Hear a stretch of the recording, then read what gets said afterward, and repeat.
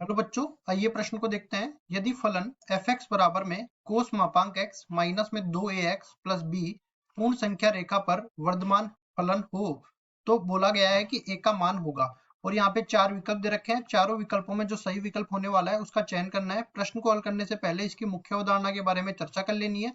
मुख्य अवधारणा, अब देखो सबसे पहली चीज, अगर कोई मान लो y बराबर f(x) कोई फलन दिया गया है और इसका अवकलन किया dy बटा dx, या जिसको बोल सकते हैं f डैश x। अगर ये मान मेरे पास 0 या 0 से बड़ा मिल जाता है और यहाँ पे कोई भी अंतराल मिलेगा, जैसे यहाँ पे पूर्ण संख्या रेखा बोली गई है तो x बिलोंग्स टू r, सारी की सारी वास्तविक संख्याओं पर fx वर्धमान है, fx वर्धमान है। इस तरह से हम लोग निकालते हैं और फिर उसके बाद में देखो हमें अंतराल भी देखना पड़ेगा। तो इसमें क्या होगा, एक चीज और बता देते हैं। हम लोग जानते हैं कि कोस माइनस थीटा जो है, इसको कोस माइनस थीटा ले लेता हूँ यहाँ पे। कोस माइनस थीटा किसके बराबर होता है, कोस थीटा के बराबर हो जाता है। ये चीज काम में आएगी। अब जो फलन है इसके लिए वर्धमान है तो एक का अंतराल में देखूंगा, यहाँ पे एक का अंतराल क्या आने वाला है। तो इसके लिए पहले तो मैं उठा के दूसरी तरफ ले जाता हूँ। देखो मापांक फलन को इधर परिभाषित कर देता हूँ। मापांक फलन हो जाएगा x से खुलेगा जब x का मान 0 या 0 से बड़ा होगा, और माइनस x से खुलेगा जब x का मान 0 से छोटा होगा। ठीक है जी।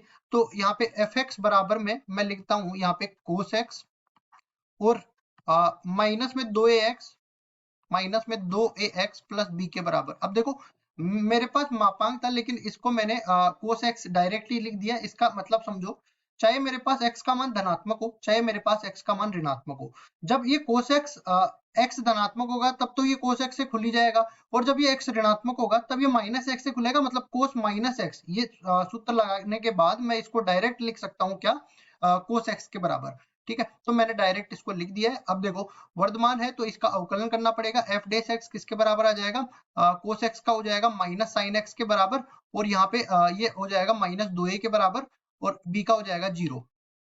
f डैश x, अब इसका मान 0 या 0 से बड़ा आ जाएगा, क्यों, क्योंकि ये वर्धमान फलन है। ठीक है, वर्धमान फलन है, इसका मतलब ये देखो पूरे समीकरण को मैं माइनस से गुणा कर लेता हूं तो मेरे पास साइन x प्लस 2a जो है वो छोटा या बराबर आ जाएगा 0 के, क्योंकि माइनस से गुणा किया है तो ये एसएमिका का चिन्ह है, ये परिवर्तित हो जाएगा। अब 2a तो इधर ही रहने वाला है, लेकिन यहाँ पे साइन एक्स दूसरी तरफ जाएगा तो ये माइनस साइन एक्स बन जाएगा, माइनस साइन एक्स।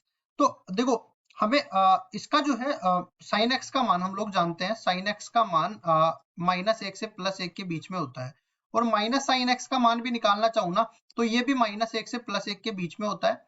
अब देखो इसको समझो, माइनस साइन एक्स का मान माइनस 1 से प्लस 1 के बीच में जाएगा, और ये 2a जो है इससे छोटा है। इसका मतलब ये है कि 2a का मान माइनस साइन एक्स के छोटे से छोटे मान से भी छोटा होगा। अब ये छोटे से छोटा मान कौन सा है, माइनस 1 है, तो मैं कह सकता हूं कि 2a जो है वो छोटा या बराबर हो जाएगा माइनस 1 के।